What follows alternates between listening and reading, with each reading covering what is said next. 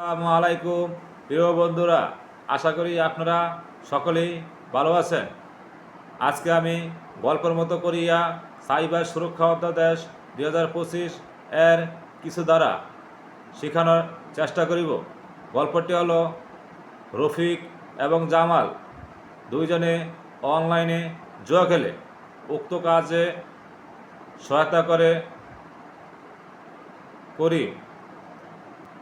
আমরা জানি সাইবার সুরক্ষা অধ্যাদেশ 2025 এর অনলাইনে জুয়া খেলিলে সাইবার সুরক্ষা অধ্যাদেশ 2025 এর 20 ধারায় অপরাধ, যাহার শাস্তি বছর কারাদণ্ড এবং 1 কোটি টাকা অর্থদণ্ড, এবং উক্ত কাজে যে সহায়তা করিবে তাহার অপরাধ সাইবার সুরক্ষা অধ্যাদেশ 2025 এর 27 ধারায়